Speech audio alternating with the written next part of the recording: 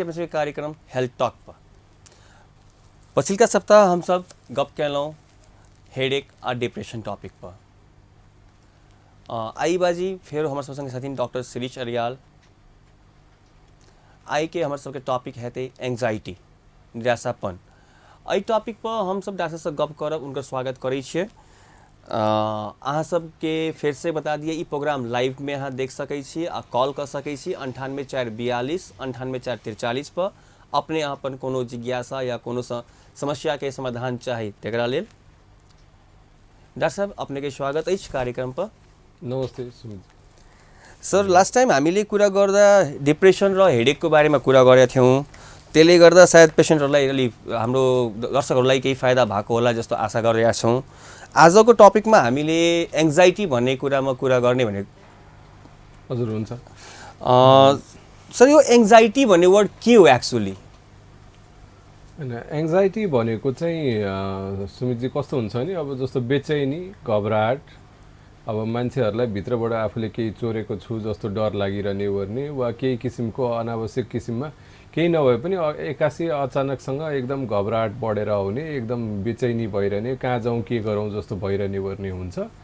अनि एङ्जाइटी भनेको चाहिँ कस्तो हुन्छ भने एङ्जाइटी भनेको चाहिँ हाम्रो लागि चाहिँ एक किसिमको सावधानी, शरीरले वा दिमागले चाहिँ हामीलाई केहीको विरुद्धमा सावधान गरेको भन्ने कुराहरू बुझिन्छ। जस्तो एङ्जाइटी चाहिँ हाम्रो नर्मल मान्छेहरूमा पनि सबैमा हुन्छ, किनभने एङ्जाइटीले चाहिँ हामीलाई धेरैवटा कुराहरूबाट बचाउने गर्दछ।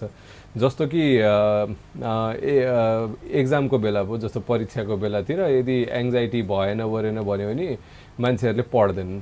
अब जस्तो बाटोमा हिँडिरहेछ होइन, अब मलाई बाटोबाट अर्को गाडीले आएर केहीले हान्ला ओर्ला भनेर अनि त्यही भएर हामी बाटोको साइडमा हिँड्छौँ नि, ताकि त्यसले गर्दाखेरि अनि त्यो बेसिक एउटा एङ्जाइटीले गर्दाखेरि चाहिँ वा घबराहटहरूले गर्दाखेरि चाहिँ अनि त्यसो हामीलाई बचाइरहेको गरिरहेको हुन्छ।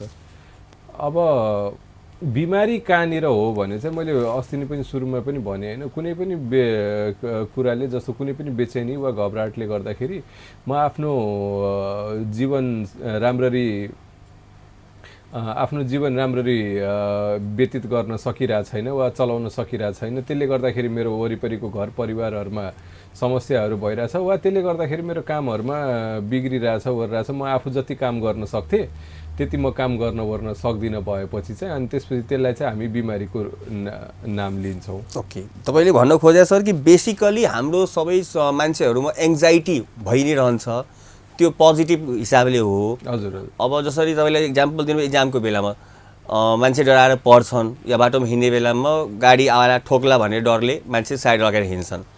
ल, तर यो जुन तपाईँले लक्षण भन्नुभयो नि, डर मान्ने जुन हुन्छ या फेरि मुटु काम्ने जुन हुन्छ, बच्चाको उमेरमा हामीले पनि बुवा आमासँग झुट बोल्दा या सरसँग झुट बोल्दा मुटु ढकढक ढकढक काप्थ्यो।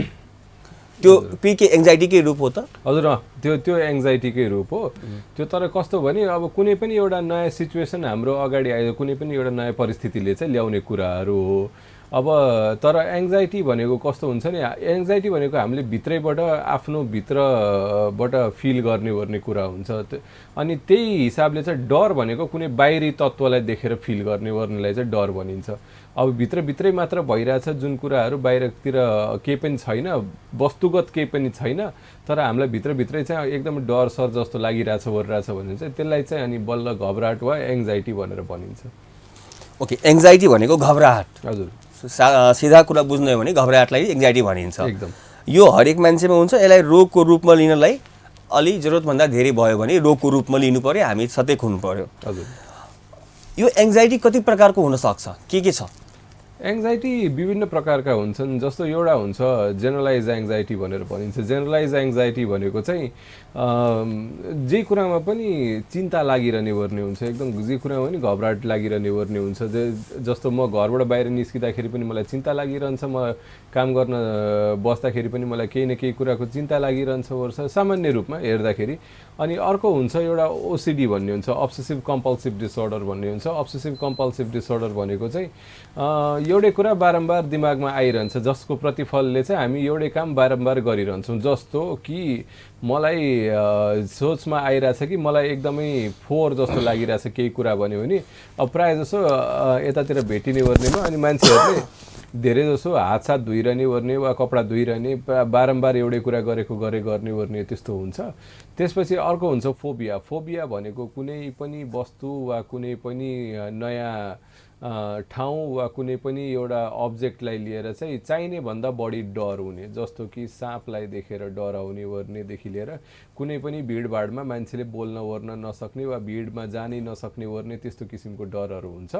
अनि त्यसपछि अनि अर्को हुन्छ एउटा पोस्ट ट्रमेटिक स्ट्रेस डिसअर्डर भन्छ, जसमा चाहिँ अब कुनै पनि आफ्नो ज्यानलाई हानि नोक्सानी पुर्याउने ओर्ने केही किसिमको घटनाले चाहिँ अनि त्यसपछि त्यो घटना पछाडि चाहिँ जस्तो भुइँचालो पछाडि वा अब कुनै पनि दुर्घटना पछाडि चाहिँ अनि आफूलाई त्यही कुराको बारम्बार दिमागमा आइरहने ओर्ने, जसले गर्दाखेरि घबराहटहरू भइरहने ओर्ने त्यस्तो किसिमको बिमारीहरूको लक्षणहरू भयो ओर्यो भने चाहिँ त्यसलाई चाहिँ पोस्ट ट्रमेटिक स्ट्रेस डिसअर्डर भन्छौँ। अब यो पछाडि अनि एकदम बेसी किसिमको एउटा घबराहटको अलिकति एकदमै ठुलो किसिमको घबराहट चाहिँ हामीले प्यानिक डिसअर्डर भनेर भन्छौँ। अनि प्यानिक डिसअर्डर भनेको चाहिँ एकदम जुन नर्मल घबराहट भइरहेछ त्यसमा चाहिँ अनि कस्तो हुन्छ नि मान्छेलाई एक्कासी एकदम बेसी मर्छु जस्तो किसिमको डरहरू लाग्ने ओर्ने हुन्छ। अनि अब यसमा अलि एउटै मात्र किसिमको बिमारी पनि सबैलाई आउन ओर्न सक्छ, नत्र भने अब कुनै दुईटा बिमारी पनि एउटै मान्छेमा जोडेर ओरेर आएको ओरेको देख्न पनि सकिन्छ। तपाईँले जुन कुरा अहिले भनिराख्नु भएको छ नि सर, यो त जेनरल लाइफमा मान्छेले देखि नै रहेछ, फिल गरिरहेछ होइन। हामीलाई जेनरल मान्छेलाई यस्तो हुन्छ, अब हामी बिजनेस गर्न बस्यौँ या काम गर्न बस्यौँ, कुरा गर्न बस्यौँ, घबराहट भइहाल्छ, डर भइहाल्छ नि। अब धेरै मान्छे हामीले यसो भेटेका छौँ, अब घरमै होला, मेरो बहिनी छ, बुढी छ, आमा छन्, छोरा छ, कक्रोच हेरेर एकदम धेरै डराउँछन्, तर त्यसलाई पनि हामी रोगको रूपमा लिने हो र? होइन, त्यसलाई रोगको रूपमा लिनु परेन। मैले अघि नै पनि भने होइन, जे कुराले गर्दाखेरि अब त्यो जस्तो कक्रोच देखेपछि अब म त्यो रुमैमा छिर्दिनँ त्यस्तो भयो ओर्यो भने जस्तो त्यो कक्रोचको फोबिया भयो होइन। अब होइन, त्यो कक्रोच गइसकेपछि म रुममा छिरिसकेँ ओर्यो वा कक्रोच हुँदै पनि अब मलाई डर लाग्यो, तर म त्यहाँ कक्रोच हुँदै पनि म त्यहाँ बस्न ओर्न सकिरहेको छु भन्यो भने त्यसलाई बिमारी भएन। अघि पनि मैले भने जस्तो आफ्नो व्यक्तिगत जिन्दगी यदि बिताउन गाह्रो भइरहेछ, त्यसले गर्दाखेरि मेरो सामाजिक स्वरूपहरू बिग्रिरहेछ र त्यसले गर्दाखेरि मेरो कामहरू बिग्रिन ओर्न थालेछ भने त्यसपछि त्यसलाई बिमारी भनेर भन्नुपर्ने हो। अब जस्तो बिजनेसै गर्दाखेरि पनि अब किनभने त्यो घबराहट भएन भने अनि त्यसपछि मैले बिजनेसमा सक्सेस पाउँदिनँ, त्यही घबराहटको कारणले गर्दाखेरि मलाई लस होला, मलाई मेरो यो व्यापार डुब्ला भन्ने डरले अनि त्यसपछि त्यो व्यापारमा राम्रो गर्न ओर्न थालिन्छ। अब तर के हुन्छ भने त्यो बेसी घबराहट जब हुन्छ त्यसले गर्दाखेरि चाहिँ अनि झन् लसमा जान ओर्न थालिन्छ, अनि त्यसलाई चाहिँ बिमारी भनेर भन्नु पर्यो कि। ओके, धन्यवाद सर। तपाईँले एउटा अहिले जुन भन्नुभयो फोबिया, जसरी हामी अहिले कुरा गऱ्यौँ कक्रोचको बारेमा, यो लक्षण जसरी तपाईँलाई कुकुरसँग डराउने, हजुर, मान्छेहरू 2 फिट टाढा भाग्छन् या एक्लै कोठामा बस्न डर मान्ने, अँध्यारोमा हामी बाहिर निस्किने, त्यो एजसँग रिलेटेड पनि हुनसक्छ नि त? हजुर, त्यो एजसँग एकदम रिलेटेड हुनसक्छ। किनभने मैले अस्तिको एपिसोडमा पनि मैले एकजना कलरलाई सम्झाएको थिएँ होइन, बच्चा जन्मिँदाखेरि त्यस्तो केही किसिमको डर सरहरू लिएर ओरेर जन्मेको ओरेको हुँदैन। अनि जब हामी हुर्किँदै जान्छौँ र हामीलाई केही कुराको डर सर लाग्छ ओर्छ भन्यो भने त्यसलाई चाहिँ हामीले के हो भने प्र्याक्टिकल्ली यदि कसैलाई बच्चैदेखि केही कुरामा एकदम तर्साइदिइरहेछ वा त्यो बच्चाले केही किसिमको घटनाहरू देख्न ओर्न थाल्यो र अनि अब एउटा घरमा बुवा जाँड खाने मान्छे छ अनि त्यसपछि 2टा छोरा छ भने एउटा छोराले पछि गएर जाँड खान सक्छ, अर्को छोराले त्यही जाँडलाई एकदमै मन नपराउने हुनसक्छ। आफ्नो नजरियाले कसरी त्यो बच्चाले टिपेछ त्यही हिसाबले चाहिँ अनि त्यसपछि मान्छेहरूलाई चाहिँ अनि यो फोबियाहरू वा केही किसिमको एङ्जाइटीहरू डेभलप गर्ने हुन्छ। अनि त्यही भएर चाहिँ अब सबैलाई यो फोबिया हुनुपर्छ भन्ने पनि छैन। एउटै घरमा 2जना 4जना बच्चाहरू हुँदाखेरि पनि एउटालाई फोबिया डेभलप गर्ला, तर अब अरू बाँकीहरू चाहिँ सबैजना ठिकठाकै भएर बसिरहेर हुन्छन्। धन्यवाद सर। सर तपाईँ अब एउटा जुन हामीले कुरा गऱ्यौँ यो एङ्जाइटी या फोबियाको बारेमा होइन, अब आजभन्दा 3-4 दिन अगाडिको एउटा घटना छ मैसँग घटेको।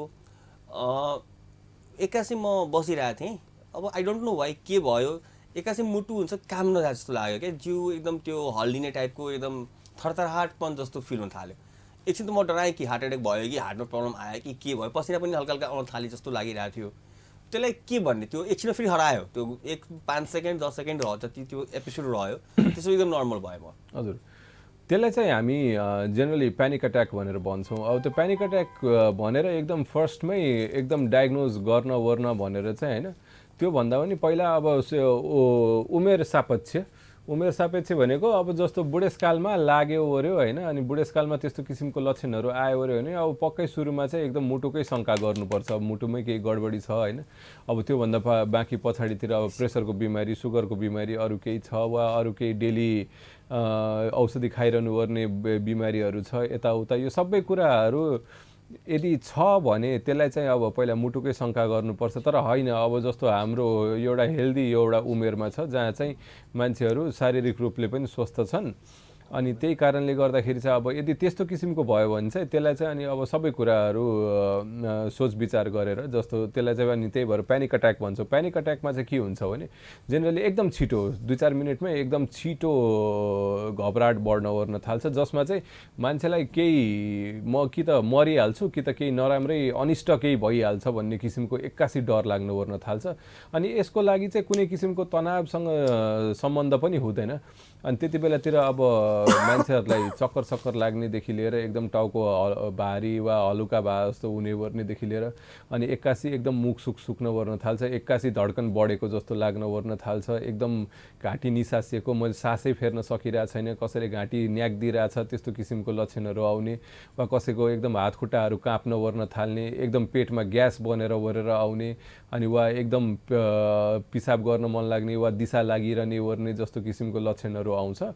अनि त्यसपछि त्यो चाहिँ अनि कस्तो हुन्छ नि एकदम छिटो आउँछ, 5-7 मिनटमा आउँछ वर्छ, अनि प्रायःलाई चाहिँ आधा 1 घन्टाभित्र चाहिँ त्यो कुरा हराउँछ। अनि हराएपछि चाहिँ अब के हुन्छ भने मान्छे एकदम फ्रेस छ कि पहिला मलाई केही भएकै छैन जस्तो छ भनेर।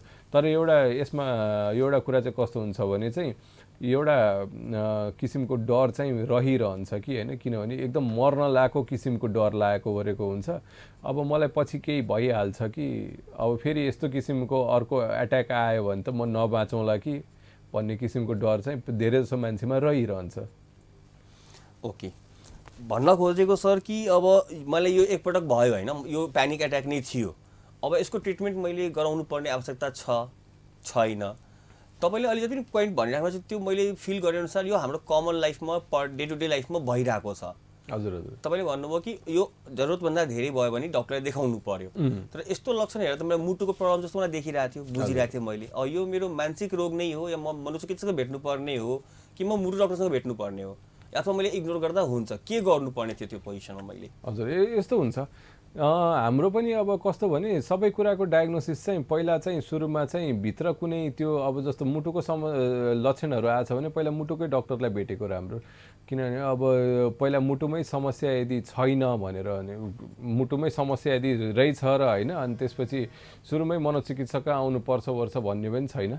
सुरुमा चाहिँ मुटुको रोग छैन भनेर ढुक्क हुनु पर्यो, अनि त्यसपछि बल्ल अनि त्यसपछि हामी कहाँ आएर गरेर उपचार गराउँदाखेरि अनि त्यसपछि राम्रो हुन्छ।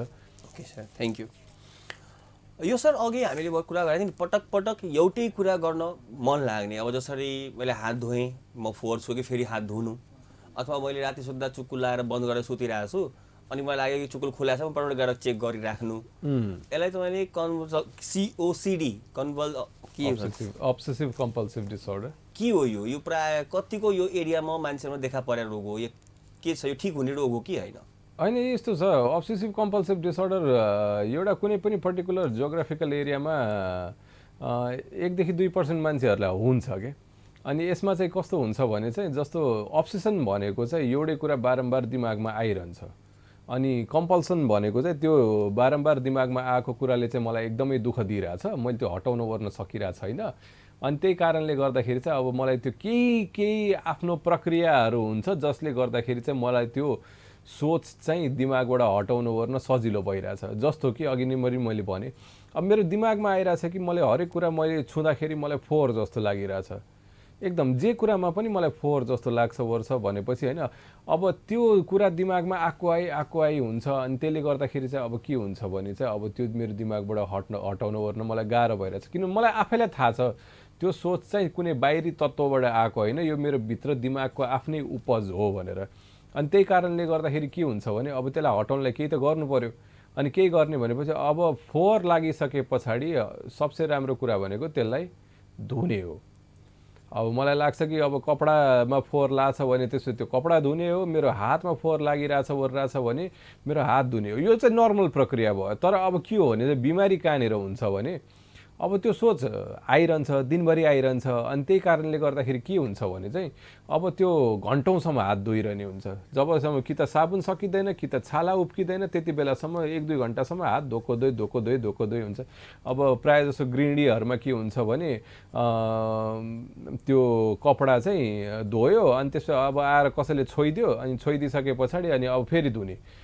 3 घन्टा लाएर कपडा धोयो, फेरि एकछिनमा गएर आधा घन्टा पछाडि फेरि त्यही कपडा फेरि धोको धोइ। अब त्यो दिनभरि धोको धोइ सबै कुरा सफा गर्ने ओर्ने, अनि त्यही भएर चाहिँ त्यो चाहिँ अनि बिमारी भयो क्या। अब त्यसले गर्दाखेरि के भयो भने अरू कुरामा त केही भने टाइम दिन पाइएन। घरको पानी पनि सकियो, अनि त्यसो साबुन पनि सकियो, मान्छे पनि व्यस्तका व्यस्त नै छ। हेर्दाखेरि पुरै हातसातहरू सबै काटिसक्यो। अब धेरै जसो मान्छेहरू चाहिँ यही कारणले गर्दाखेरि छालाको डक्टरका चाहिँ पुग्ने गरेका छन्। किनभने त्यो अब धेरै धुँदा सबै हातबाट छालाहरू निस्किने गर्ने भएको कारणले गर्दाखेरि। अब तर त्योभन्दा पछाडिको बिमारी चाहिँ अब जुन मैले भने अब्सेसिभ कम्पल्सिभ डिसअर्डर, त्यसको लागि चाहिँ अब हामी कहाँ आउनुपर्छ भनेर चाहिँ त्यति साह्रो मान्छेहरूमा चेतना भइसके जस्तो लागेन। तर अनि त्यो दोस्रो कुरा चाहिँ यो चाहिँ उपचारसँगै ठिक हुन्छ, तर टाइम लाग्छ।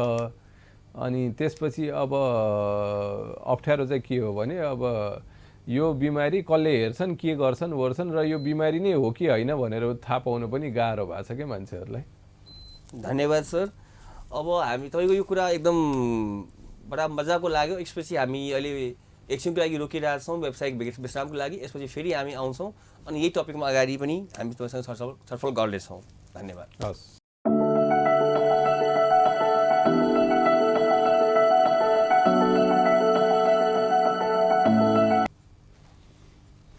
नमस्कार। छोट व्यावसायिक विश्राम लऽ कऽ हमसब फेर वापस हाजिर छियै।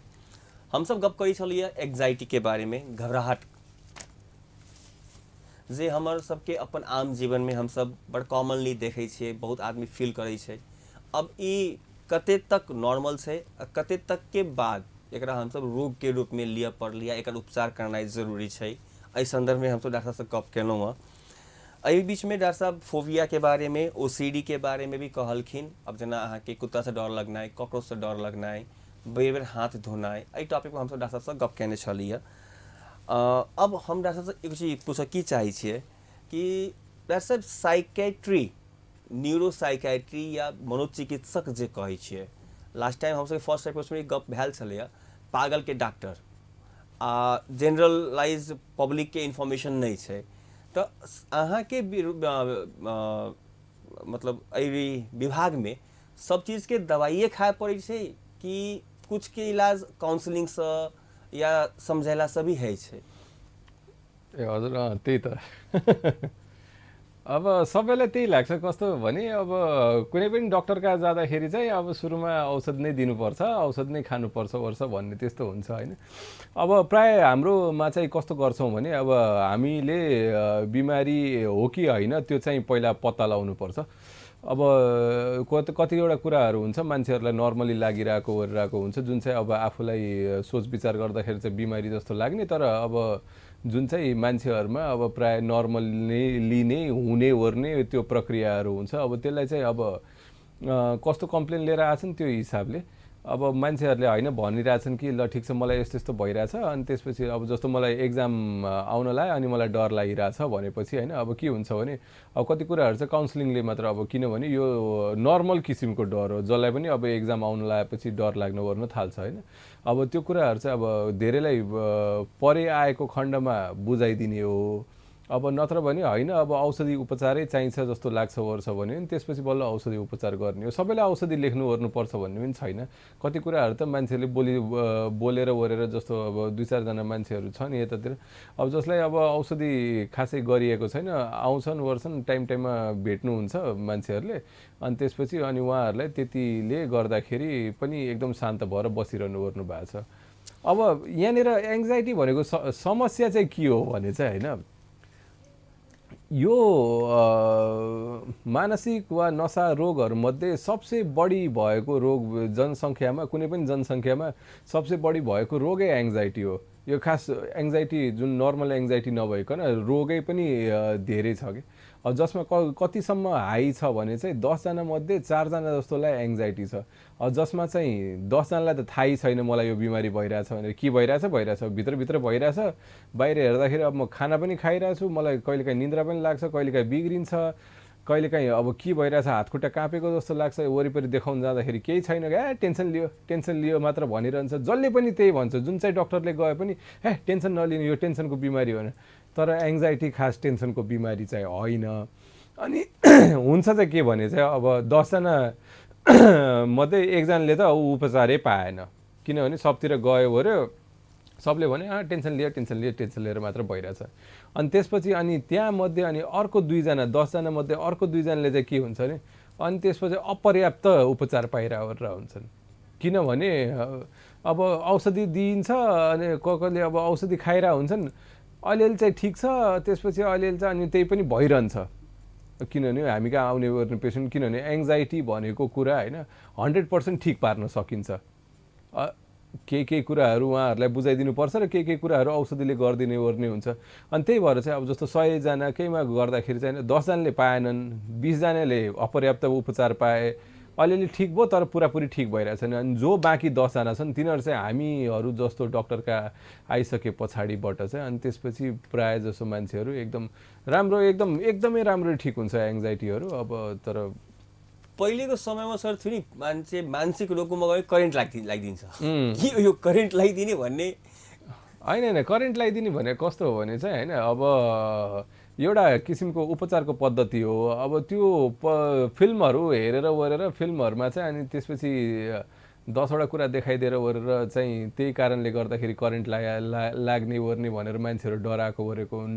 तर जेनरली चाहिँ त्यो के हुन्छ भने त्यसलाई चाहिँ हामी इलेक्ट्रोकन्भल्सिभ थेरापी भन्छौँ त्यो थेरापीमा चाहिँ एउटा सानो भोल्टेजको सक जस्तो मात्र लागिन्छ जसले गर्दाखेरि चाहिँ अनि त्यसै बाहिरी फिजिकली चाहिँ एउटा मिर्गी जस्तो झट्का हामीले जेनेरेट गर्छौँ कि त्यसमा आउँछ अनि त्यसले गर्दाखेरि चाहिँ अनि त्यसो दिमागमा जुन केमिकल इम्ब्यालेन्स चलिरहेछ जुन चाहिँ केमिकल गडबडी भइरहेछ र जसले गर्दाखेरि लक्षणहरू आइरहेछ अनि त्यो कुराहरू चाहिँ ठिक हुने हो त्यो जुन फिल्महरूमा देखाउँछ वर्ष हुरुर गरेर लाएर अनि त्यसपछि त्यस्तो केही पनि हुँदैन एकदम सेफ हुन्छ अनि जेनरली इलेक्ट्रोकन्भल्सिभ थेरापी यो जुन सकवाला थेरापी छ यो चाहिँ औषधि भन्दा 60-70% अझै सेफ हुन्छ तर के हो भने सबै कुरामा इसिटी वा यो इलेक्ट्रोकन्भल्सिभ थेरापी गरिँदैन जस्तो यो अहिलेको घबराहट भनौँ होइन घबराहटकोमा चाहिँ यसको कुनै पनि रोल छैन कति % साइकेट्रिक रोगीलाई यो ट्रिटमेन्ट दिनुपर्ने आवश्यकता हुन्छ जस्तो लाग्छ 1 लाख जना छ भने कतिजनालाई दिनुपर्छ होला जस्तो 1 लाख जनामा 2 जना 4 जना मात्र हुन्छ 2 जना 1 लाख भने 100 जनामा 1 जना वा त्यस्तो मात्र हुन्छन् यदि दिनै गर्ने पर्ने एकदमै लो हुन्छ होला सायद एकदमै लो हुन्छ एकदमै सेफ हुन्छ त्यहाँ मान्छेहरू त्यहाँ हामी डक्टरहरू सबै बसेकै गरेकै हुन्छौँ त्यहाँ ओटीको सेटअपमा गरिन्छ अपरेसन थिएटरमा एनेस्थेसिस्टहरू पनि सबैजना सँगै हुन्छौँ अब त्यहाँनिर अक्सिजनदेखि लिएर मोनिटर सनिटर सबै राखेर गरेर एकदम सुरक्षित तरिकाले गरिन्छ ओके सर एउटा मुभी मलाई नाम याद भएन अक्षय कुमारको देखेको थिएँ त्यसमा पनि केही साइकाइट्रीकै बारेमा कुरा भएको थियो धामी झाँक्री भूत पिचासहरूको के कुराहरू भएको थियो त्यो बुलबुले सायद होइन के हो यो धामी झाँक्री र साइकाइट्री के कतै जोडिया छ कस्तो केही छ यसको होइन जोड्न त किन नजोडिनु अब किनभने उहाँहरूका जाने गर्ने भनेको अब कस्तो हो भने यो चाहिँ हाम्रो सामाजिक कल्चरल इस्यु जस्तो भयो कि अब के हुन्छ भने मान्छेहरूलाई चाहिँ अब भूतसुत लाग्ने ओर्ने यताउता भनेर प्रायः जसो किनभने भूत र भगवान भनेको हाम्रो समाजमै जोडिएर ओरेर आएको छ होइन अब त्यही भएर चाहिँ अनि त्यसपछि अब प्रायः मान्छेलाई कसैलाई भूत चढिदिन्छ कसैलाई भगवान चढिदिन्छ अब त्यसको मूल कारण चाहिँ के हुन्छ भने भित्र रहेको तनावलाई कसरी म्यानेज गर्ने ओर्ने त्यो मान्छेहरूले थाहा नपाएर अब होइन मान्छेले अब हुन्छ अब कसैको एकदम धेरै तनावमा बसिरहन ओर्न सक्ने एउटा क्षमता हुन्छ कसैको सकिँदैन अब वा कसै अब त्यो धेरै बसिरहन सक्ने मान्छेको क्षमता भन्दा पनि माथिको कुनै तनाव आयो भन्यो भने दिमागले के हुन्छ भने दिमागले त्यति लोड लिन सक्दैन अनि त्यही भएर चाहिँ अब विभिन्न किसिमको लक्षण आउँछ त्यसमा चाहिँ अनि यही अब मान्छेहरूलाई अब देउता लाग्ने यो लाग्ने ऊ लाग्ने वा भूत चढ्ने ओर्ने अनि त्यसपछि अब के हुन्छ भने भूत भन्ने कुरा चाहिँ हाम्रो समाजमा यसरी जोडिएको छ कि भूत भगाउनलाई डक्टर कहाँ गइदैन जबकि हाम्रो हिसाबमा के हो भने चाहिँ होइन त्यो भूतको कारण भनेको चाहिँ तनाव हो अब त्यो तनावले गर्दाखेरि अनि बाहिर के हुन्छ भने दिमागी तनावले गर्दाखेरि शारीरिक लक्षण मात्र देखेको हो। अब कसले कसरी देखिन्छ वर्ष भनेर अब त्यही भएर चाहिँ अब भूत चढिसके पछाडि के भयो भने चाहिँ ल अब त भूत भगाउने ठाउँहरू छन् नि त, भूत भगाउनलाई डक्टर बस्या होइन, अरू नै केही बिमारीको लागि डक्टर बस्या हो तर भूतको लागि होइन। अनि त्यही कारणले गर्दाखेरि चाहिँ भूत भगाउनलाई कहाँ जानु पर्यो नि, त्यही दामी झाँक्री कहाँ जाने। अब उनीहरूले गर्ने पनि केही होइन, उनीहरूले गर्ने भनेको जस त्यो फिजिकल तरिकाले साइकोलोजिकल उपचार नै हो। धन्यवाद सर। अब हामी यो न्युरोसाइकाइट्री मनोचिकित्सक मनोविज्ञान यो रोगको बारेमा हामीले सम्झिरहेको थियौँ डाक्टर सरसँग होइन। अब सबभन्दा मेन हाम्रो नेपालको प्रब्लम भनेको भए डक्टर न्युरोसाइकाट्रिस्ट डक्टर अल ओभर नेपालमै धेरै थोरै छन्, जनसङ्ख्याको आधारमा कुरा गर्यो भने धेरै कम छन्। त्यो भएर पनि आम नागरिकनिर यसको पहुँच छैन। धेरै प्रकारका हाम्रो डे टु डे लाइफमा भइरहेका बिमारीहरू या प्रब्लमहरूलाई न्युरोसाइकाट्रिस्टसँग जोड्न सकिन्छ, तर त्यो रोग नै हो भनेर भन्न मिल्दैन। मुटुको बिरामी भयो, डर लाग्ने भयो, धेरै कुरा अब त्यसमा जोडिरहेछ। सरले अघि एउटा कुरा भन्नुभएको थियो, पटक पटक टोयलेट लाग्ने, बाथरुम जान मन लाग्ने, डर लाग्ने जस्तो हुने, यो पनि एउटा एङ्जाइटीको लक्षण हो। प्राय मैले फिल गरेको छु मान्छे कहीँ घरबाट बाहिर निस्किरहेछ या ट्राभल गर्न गइरहेछ भने लास्ट मोमेन्टमा मलाई बाथरुमबाट गएर आउनुपर्ने नै हुन्छ। त्यो के हो? होइन त्यही त, अब त्यो पनि त्यही एङ्जाइटीको एउटा पार्टै हो होइन। किनभने अब बाटोमा यदि लागिहाल्यो अनि त्यसपछि मैले अब टोइलेटको यदि व्यवस्था पाइनँ वा मैले कतैतिर जान ओर्न पाइनँ भने होइन अब मलाई केही नराम्रै भइहाल्न सक्छ कि भनेर त्यो कारणले गर्दाखेरि त्यही भएर त्यो चाहिँ नर्मल एङ्जाइटी भयो क्या। किनभने त्यसले गर्दाखेरि अब म गएर पिसाब गरेर आएँ, अब म बाटोभरिकोलाई ढुक्क भएँ, त्यो भएर चाहिँ होइन त्यसलाई चाहिँ अनि त्यही भएर नर्मल एङ्जाइटी हो। अब त्यहीले गर्दाखेरि अब जस्तो बाटोमा ट्राभल गरिरहेछ तर बारम्बार पिसाब आइरहेछ, अब त्यसले गर्दाखेरि के हो भने अब म बसै चढ्न सक्दिनँ, त्यो चाहिँ अनि एबनर्मल एङ्जाइटी भयो, त्यो चाहिँ बिमारी जस्तो भयो। ल सर धन्यवाद। डाक्टर साहबले भनेअनुसार मानसिक रोगको ट्रिटमेन्ट औषधि खाएर नै इलाज गराउनु पर्ने आवश्यकता छैन, धेरै कुरा काउन्सिलिङ पनि ठिक हुन्छ। हामीले एनालाइसिस गरेर बुझेर हामी कुन बेला डक्टर कहाँ जानु पर्यो जानु परेन भन्ने कुरा बुझ्नु पर्यो। डाक्टर साहबले मात्र पागलको इलाज गर्नुहुन्न। हजुर मैले त्यही एड गर्न लगाएको थिएँ होइन। अब कुनै बेला पनि हामीले काम गरिरहेको एउटा सेटअपमा आएर हेर्नु ओर्नु भयो भने होइन बौलाएर आएको मान्छे भेटिँदैन, मरेकै भेटिँदैन, त्यो एउटा दुईवटा होला। तर त्योभन्दा बाहेक अनि के हुन्छ भने चाहिँ मान्छेहरू सबै नर्मलै मान्छेहरू डुलिरहेर हुन्छन्, सबैजना त्यही भएर देखाउनु ओर्न आएको हुन्छन्। तर के हो भने बाहिर हाम्रो नजरियै यति छ कि अब जो पनि मानसिक रोगको डक्टरसँग भेट्न आएपछि चाहिँ मान्छे चाहिँ दिमागी सन्तुलन बिग्रेरै आएको जस्तो मान्छन्। अब तर अब जतिसुकै पढे लेखेको ओरेको मान्छे भए पनि तर त्यो एउटा चाहिँ दिमागबाट चाहिँ हटाउनु ओर्नुपर्छ कि होइन कि ल अब मानसिक रोग भन्ने बित्तिकै एकदम म पागलै भइहालेँ, म बौलाइसकेँ भनेर त्यस्तो चाहिँ हुँदैन। सरले भनेको कुरा पनि सही नै हो जस्तो लाग्छ मलाई पनि। एउटा सर धेरै कमन नेपालीहरूमा बिरामी हामी रोग देखाएको छौँ कि छारे रोग भन्छौँ नि, मृगी आउने, के हो यो? ठिक निको हुने रोग हो यो, तपाईँहरूको पट्टिको रोग हो कि के? हजुर होइन अब यस्तो हो, मृगी भनेको चाहिँ अब नसा सम्बन्धी रोग हो, खास यो मानसिक होइन कि, यो चाहिँ नसा सम्बन्धीको रोग हो।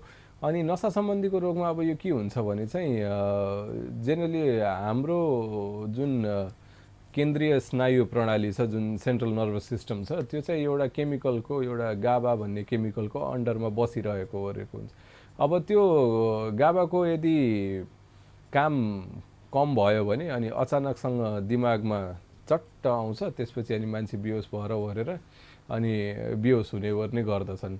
अब त्यो बेहोसीको प्रकारहरू धेरै हुन्छन् जुन चाहिँ बाहिर मान्छेहरूले देखिरहेर ओरिरहेछन् होइन। अब त्योमा चाहिँ अब सबैले मृगी एउटै मात्र किसिमको हुन्छन् भनेर सोचे ओरे छन्, त्यही भएर चाहिँ अब प्रायः जस्तो मान्छेले बुझ्ने ओर्ने मृगी त्यही हो। अनि जेनरली के हुन्छ भने चाहिँ अब मृगीहरू चाहिँ प्रकारको हिसाबले हुन्छ, अब कुनै आफ्नो हातमा मात्र आइरहने ओर्ने हुन्छ, कुनै चम्चा सुँगाउने, जुत्ता सुँगाउने, के हो यो? मतलब मृगीको यो सहीमा इलाज नै हो त्यो जुत्ता सुँगाउँदा ठिक हुने हो या चम्चा राख्दा ठिक हुने हो यो जुन हामी यता कमनली हेर्छौँ मान्छेले प्र्याक्टिसमा ल्याएका छन् होइन, के हो यो? होइन, यो यस्तो हो, मिर्गी आउने ओर्ने आफ्नो एउटा टाइम हुन्छ, जेनरली 1 देखि 2 मिनटसम्म आउँछ। अनि त्यो बेलातिर के हुन्छ भने त्यो मान्छेलाई आइसके पछाडि गएर त्यो 1-2 मिनट पछाडि आफै पनि निको हुन्छ। अनि त्यति बेलातिर के हुन्छ भने अब त्यो बेला त्यही 2 मिनटसम्ममा चाहिँ अनि मान्छेले आफ्नो जुत्ता सुत्ता ल्याएर गरेर मोजा सोजा यताउता सुँगाउनु गर्न थाल्छन्, जुन बेलातिर मिर्गी आफै पनि ठिक हुनु छ। अनि त्यही भएर चाहिँ अब त्यो जुत्ता सुँगाएपछि ठिक हुने, मोजा सुँगाएपछि ठिक हुने होइन। अब त्यो दाँत, अब त्यो किनभने मिर्गी आउने बेलातिर दाँत साथ एकअर्कामा बाँधिएर ओरेर बसेको ओरेको हुन्छ। अनि त्यही भएर चाहिँ अब दाँत छुटाइदियो भने मिर्गी छुट्छ, त्यस्तो होइन। बिमारी आफै ठिक भएपछि अनि दाँत आफै अटोमेटिक छुट्छ। अब त्यो राख्न ओर्न थाल्यो, कतिले औँला राख्छन् होइन मिर्गी आएको बेलातिर। अब कति मान्छेको औँलै काटिएको छ, जस्तो जो मान्छे वरिपरि बसेछन् होइन, अब उनीहरूले बचाउने कोसिस गर्दाखेरि अब मुखभित्र औँला घुसाइदिन्छन्। त्यसले गर्दाखेरि मिर्गीमा के हुन्छ भने अब मिर्गी नै आइरहेछ भने चाहिँ त्यो औँला गयो, औँला त्यो मान्छेले टोक्दै, किनभने त्यो बिमारी चाहिँ त्यो बेला होसमा हुँदैन। अनि त्यही भएर नाकसाक थुनिदिने ओर्दिने त्यो गर्दाखेरि चाहिँ बिमारीको झन् ज्यान जान सक्छ। अब यसको बारेमा चाहिँ अर्कोमा अलिकति विस्तारले गरौँला होइन, त्यो किनभने एकदम रमाइलो कुरा छ। त्यसो भए सर, अब हामीले जेनरलाइज कुरा गर्दा, आजको हाम्रो जुन कुराको समरी कुरा गर्दा, तपाईँले यो करेन्ट, तपाईँले जुन अघि इसिटीको कुरा गर्नु भने करेन्ट हान्ने कुरा, हाम्रो जनकपुरमा यो ट्रिटमेन्ट एभाइलेबल छ? हाम्रो जनकपुरमा यो ट्रिटमेन्ट एभाइलेबल छैन। ओके। अनि त्यो काउन्सिलिङ सेसन जुन तपाईँले भन्नुभयो दिन्छौँ, अनि कहीँ हामीले सुनेर हुन्छौँ कि साइकेट्रिक काउन्सिलिङ पनि हुन्छ 1 घन्टाको सेसन, या त्यो हेप्नोटाइज गरेर मान्छेलाई त्यो सम्मोहित गरेर पनि इलाज गरिरहेको हुन्छन्, टिभीमा हामी प्रायः देखिरहेको हुन्छौँ। के यो पनि ट्रिटमेन्टको पद्धति हो र तपाईँले पनि यहाँ प्र्याक्टिस गर्नुहुन्छ कि होइन? यो एउटा ट्रिटमेन्टको पद्धति चाहिँ हो। अब जेनरली हामी के गर्छौँ भने कुनै किसिमको अब काउन्सिलिङ सेसनहरूमा चाहिँ अब कोही मान्छेहरू चाहनु भएको छ वरेछ होइन, जसलाई चाहिँ अब आफ्नो बिमारीको बारेमा पनि बुझ्नु छ। र अब के हुन्छ भने अब कतिजना मान्छेहरूलाई चाहिँ बिमारी हुँदै पनि अब मलाई चाहिँ अलिकति मेरो आफ्नो भित्र के भइरहेछ ओरिरहेछ त्यो कुराहरू राम्ररी पोख्न ओर्न यदि चाहनुहुन्छ भने त्यो सेसन्सहरू चाहिँ हामी गर्न सक्छौँ। अनि तर अब के हो भने चाहिँ यो जुन अरू बाँकी भन्नुभयो जुन हल्लार हिप्नोटिजम गर्ने ओर्ने अरू बाँकीहरू चाहिँ यहाँ चाहिँ अहिलेसम्म त्यस्तो सुविधा चाहिँ सुरु गरिसकिन्छ। नेपालमा छैन कि जनकपुरमा छैन? होइन, नेपालमा छ जहाँ चाहिँ साइकोलोजिस्टहरू बसेर काम गरिरहनु ओर्नु भएको छ होइन। त्यहाँ चाहिँ धेरै जसो यस्तो किसिमको यो चाहिँ साइकोथेरापीभित्र पर्छ। यो औषधिभन्दा बाहिरको थेरापी भयो, जसमा चाहिँ बोलेर ओरेर नै धेरै कुराहरू गराउने ओर्ने गरिन्छ। अब त्यो कुराहरू चाहिँ साइकोलोजिस्टहरूले गर्छन्। अनि त्यसपछि अब हामीले गर्ने भनेको चाहिँ अब हामीले परेको खण्डमा औषधि दिने, नपरेको खण्डमा हामीले यसरी नै कुराकानी गरेर ओरेर अब समस्या समाधान गर्न ओर्नतिर प्रयास गर्छौँ। सर, यो जुन साइकोथेरापी भन्नुभयो कि यो मैले कुरा नबुझेको कन्फ्युजनको कुरा क्या हो? न्युरोलोजिस्ट, न्युरोसाइकाट्रिस्ट, न्युरोफिजिसियन, न्युरोसर्जन, साइकोलोजिस्ट, के हो यो? मतलब डिफ्रेन्ट पार्ट आउँछन् होइन? अब यहाँ जनकपुरमा त सायद छैन होला होइन, काठमाडौँ या दिल्लीतिर ठुल्ठुलो ठाउँमा हामी हेरिरहेको हुन्छौँ। के हो यो डिफ्रेन्ट पार्ट? अब न्युरोसर्जनले के पार्ट गर्ने, न्युरोलोजीले के हेरिदिने, न्युरोफिजिसियनले के हेर्ने, न्युरोसाइकाट्रिस्टले के हेर्ने? अनि यस्तो हुन्छ, अब धेरै कुराहरू चाहिँ कतिवटा कुराहरू चाहिँ ओभरल्याप हुनसक्छ। जस्तो कि मिर्गी भयो, मिर्गीहरू चाहिँ अब न्युरोलोजिस्टले पनि हेर्छन्, न्युरोसर्जनहरूले पनि हेर्छन्, न्युरोसाइकाट्रिस्टहरूले पनि हेर्छन्, इन्टरनल मेडिसिनवालाहरूले पनि हेर्छन्।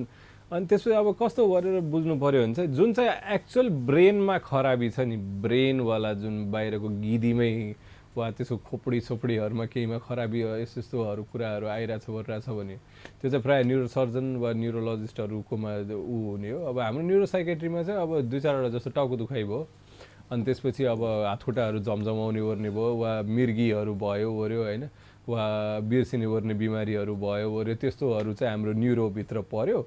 अनि बाँकी साइकाट्रीभित्र भनेको त अब जुन माइन्ड छ नि हाम्रो अन्तर्मन के, त्यो अन्तर्मनको कुराकानी वा अन्तर्मनको बिमारी चाहिँ अनि हाम्रो भित्र पर्छ। अब साइकोलोजिस्टहरू पनि त्यही माइन्डैमा गर्ने हो, तर उनीहरूकोमा चाहिँ कस्तो हुन्छ भने अब लामो सेसन्सहरू राखेर ओरेर अनि कुराकानी गर्दै अब के भइरहेछ ओरिरहेछ त्यो कुरा निकाल्ने गर्ने। ओके, मतलब हाम्रो यो साइकाट्रीमा पनि धेरै पार्ट छन् होइन? यो तपाईँले नसा तथा अस्नायु रोग विशेषज्ञ भन्नुहुन्छ होइन, मानसिक रोग विशेषज्ञ। नशा भनेको के, यो नशा गर्ने नशा रोग विशेषज्ञ यो के हो नशा भने? ए होइन, नशा भनेर हाम्रो कस्तो भने जस्तो नर्भस सिस्टम है, जुन स्नायु प्रणाली छ हाम्रो त्यो सम्बन्धीको बिमारी हो। अब तर अनि कस्तो छ भने चाहिँ जस्तो नशा गर्ने ओर्ने मान्छेहरू हुन्छन् होइन, कि कोही मान्छे धेरै रक्सी खाइरहेछ, रक्सी छुटाउने ओर्ने काम पनि हामी नै गर्छौँ। कुनै किसिमको नशाहरूबाट यताउता विमुक्ति गराउने ओर्ने त्यो पनि हाम्रो साइकेट्रिस्टकै अन्डरमा पर्छ। अनि त्यही भएर चाहिँ अब त्यो नशा पनि भयो, यो नशा पनि भयो, यो सबै नशाहरू चाहिँ हामी नै हेर्छौँ आजकल। यो अस्नायु रोगमा कस्तो रोग भएछ? अब कस्तो रोगलाई तपाईँले यो नशा अस्नायु रोग भन्नुभयो नि, नर्भस सिस्टमको एक दुईवटा इक्जाम्पल कस्तो रोगलाई यो भन्ने हो? त्यही अघि मैले भने नि, जस्तो टाउको दुखाइको बिमारीहरू, मिर्गीको बिमारीहरू भयो होइन, वा अब हातखुट्टाहरू झमझमाउने ओर्ने, दुख्ने, पोल्ने ओर्ने त्यस्तो किसिमको बिमारीहरू। जस्तो अब आज चोटपटक लाग्यो अनि त्यसपछि मलाई दुख्न ओर्न थाल्यो, त्यो वाला होइन। मलाई चोटपटक पनि लागेको छैन, मलाई धेरै दिनदेखि एकदम लामो समयदेखि मलाई दुखिरहेछ ओरिरहेछ, त्यस्तो वाला चाहिँ किसिमको नसावाला बिमारीहरू चाहिँ हामी हेर्छौँ। धन्यवाद सर, तपाईँसँग कुराकानी गरेर आजको कार्यक्रममा हामीलाई राम्रो लाग्यो। दर्शकलाई पनि केही कुरा बुझ्न पाउनु भयो होला जस्तो खुसी आश राख्दछु। हामी फेरि भोलि आउँछौँ, भोलिको फेरि नयाँ टपिक लिएर हामी तपाईँ समाज दर्शकसँग आउनेवाला छौँ। त आजको लागि धन्यवाद। हवस्।